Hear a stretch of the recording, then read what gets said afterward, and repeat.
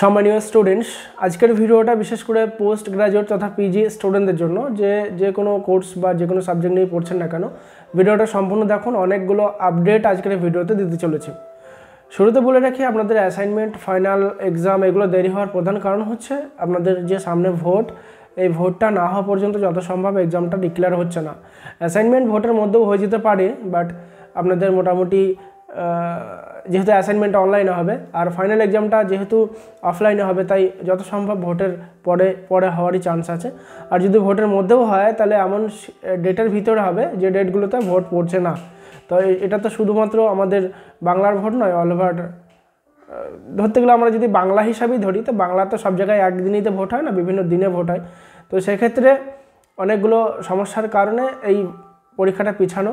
তো যদি ভোটটা একবারেই হয়ে যেত সেক্ষেত্রে পরীক্ষার নিয়ে কোনো সমস্যা হতো না। তো এবার আসি মূল কিছু গুরুত্বপূর্ণ আপডেট।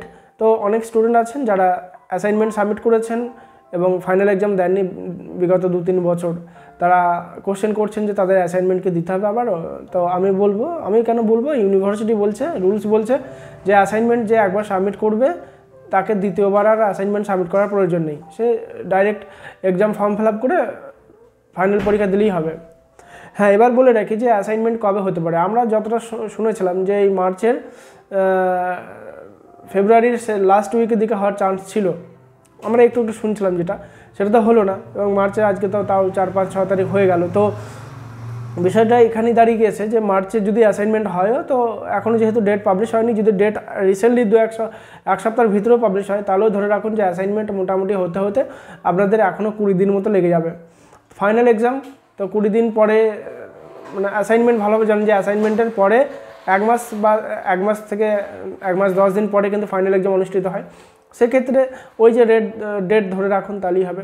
হ্যাঁ, এবার বলে রাখি যে পরীক্ষায় কী নিয়ে যেতে হবে। প্রথমত আপনাদের যদি অ্যাডমিট কার্ড অনলাইন থেকে দেয়, অনলাইন থেকে ডাউনলোড করা অ্যাডমিট কার্ড নিয়ে যেতে হবে। যেমন বিডিপি ইউজি স্টুডেন্টরা করলো, অনলাইন থেকে ডাউনলোড করা অ্যাডমিট কার্ড নিয়ে গেল, এবং তার সাথে অরিজিনাল এনরোলমেন্ট সার্টিফিকেট, যেটা আপনার স্টাডি সেন্টার আপনাকে প্রোভাইড করবে। যারা এনেছেন খুব ভালো কথা, হ্যাঁ, ডকুমেন্টসের উপরে লেখা থাকবে এনরোলমেন্ট সার্টিফিকেট, সেটা আপনারা নিয়ে যাবেন। আর যারা আনেননি তারা ওই অনলাইন থেকে ডাউনলোড করা অ্যাডমিট কার্ড এবং এনরোলমেন্ট সার্টিফিকেট অথবা যে কোনো আপনার একটা নথি দেখিয়ে আপনি এনরোলমেন্ট সার্টিফিকেটটা কলেজ থেকে কালেক্ট করে নেবেন।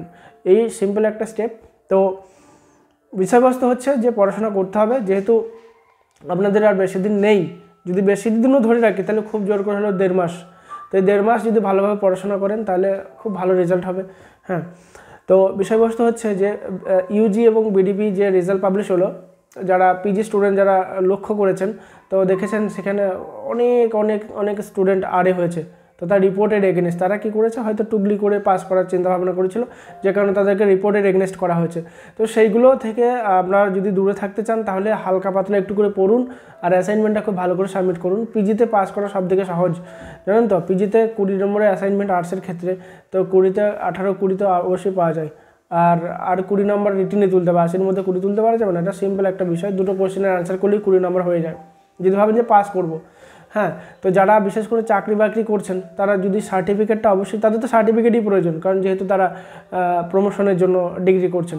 তো সেক্ষেত্রে আপনাদেরকে বলবো আপনারা জাস্ট একটু 2-4 লাইন পড়ুন, তাহলেই হয়ে যাবে।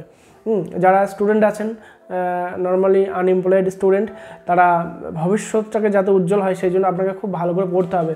কোনো রকম যে নকল করব, এইটা সেটা করে আমি পাস করবো, সে করলে একদম চলবে না আপনাদের। যেহেতু আপনাদের স্টেজটা এখন জীবনটাকে গড়ার স্টেজ, সেক্ষেত্রে আপনাদেরকে খুব হার্ডওয়ার্ক করতে হবে। পার ডে কিছু না হলেও 4 থেকে 6 ঘন্টা বা 8 ঘন্টা করেও পড়তে হবে। হ্যাঁ, আমি জানি যে নেতাজিতে যারা ভর্তি হয় বিশেষ করে তারা কোনো না কোনোভাবে, যারা আনএমপ্লয়েড স্টুডেন্ট তারাও কিন্তু জবের জন্য প্রিপারেশন নিচ্ছেন, অবশ্যই নিন। কিন্তু যে কটা দিন ফাইনাল এক্সাম হবে তার 1 মাস আপাতত এই দিকটা একটু খুব ভালোভাবে গুরুত্ব দিন, তাহলে যথেষ্ট ভালোভাবে পাস করে যাবেন, কোনো অসুবিধা হবে না। আর আমরা কথা বলছি এক্সাম চ্যালেঞ্জার ইনস্টিটিউট থেকে। এত কিছু বলার পরেও যাদের হাতে একদমই সময় নেই, আমরা নোটস প্রোভাইড করছি, 100% কমনযুক্ত নোটস, আপ টু 100% কমনযুক্ত নোটস দিয়ে থাকছি, এবং তার সঙ্গে অ্যাসাইনমেন্টের অ্যান্সার দিচ্ছি। যদি কেউ কর্মসূত্রে ব্যস্ত থাকে, অ্যাসাইনমেন্ট সাবমিট করে দেওয়ার মতন সুব্যবস্থাও আমাদের সেন্টারের তরফ থেকে আছে। তো যারা অ্যাসাইনমেন্ট সাবমিট করে নিতে চান অতি সত্বর খুব তাড়াতাড়ি বুকিং করে নেবেন। যে যত তাড়াতাড়ি বুকিং করবে তার তত তাড়াতাড়ি সাবমিট করে দেওয়া হবে, মানে ডেট পাবলিশ হওয়ার পরে ঠিক।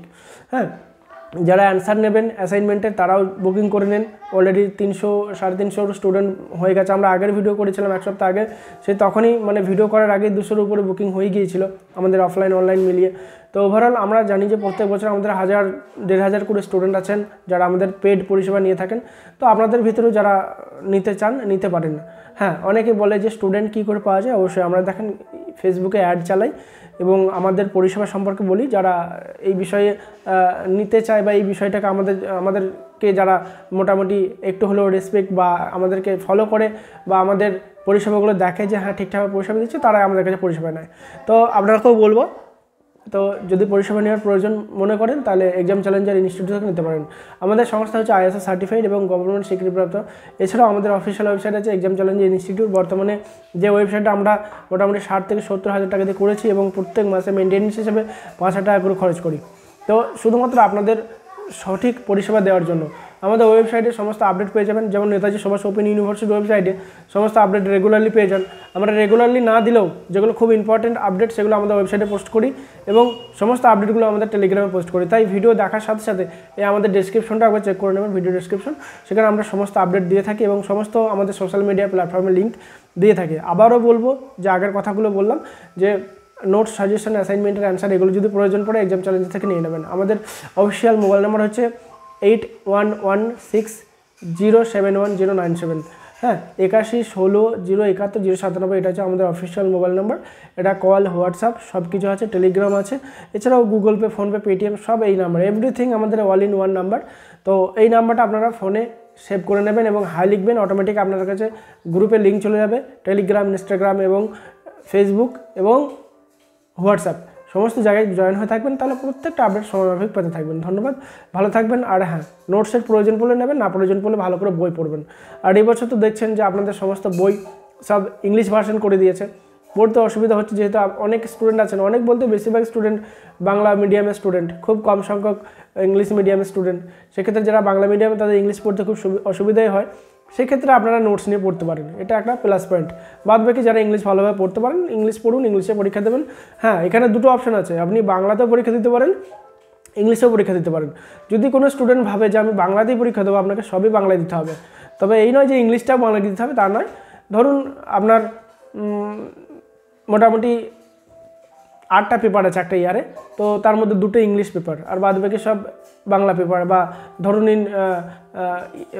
ইতিহাস আছে বা সাবসিডারি বাংলা আছে বা এটা সেটা আছে, ইংলিশটা ইংলিশ ভাষাতেই পরীক্ষা দেবেন, বাদ বাকিগুলো আপনি বাংলা ভাষাতেও পরীক্ষা দিতে পারেন। আর নেতাজিতে 2টো সাবজেক্টই মানে 2টো বিষয় মানে ল্যাঙ্গুয়েজ প্রেফার করে, সেক্ষেত্রে সেটা আপনার উপর ডিপেন্ড করছে।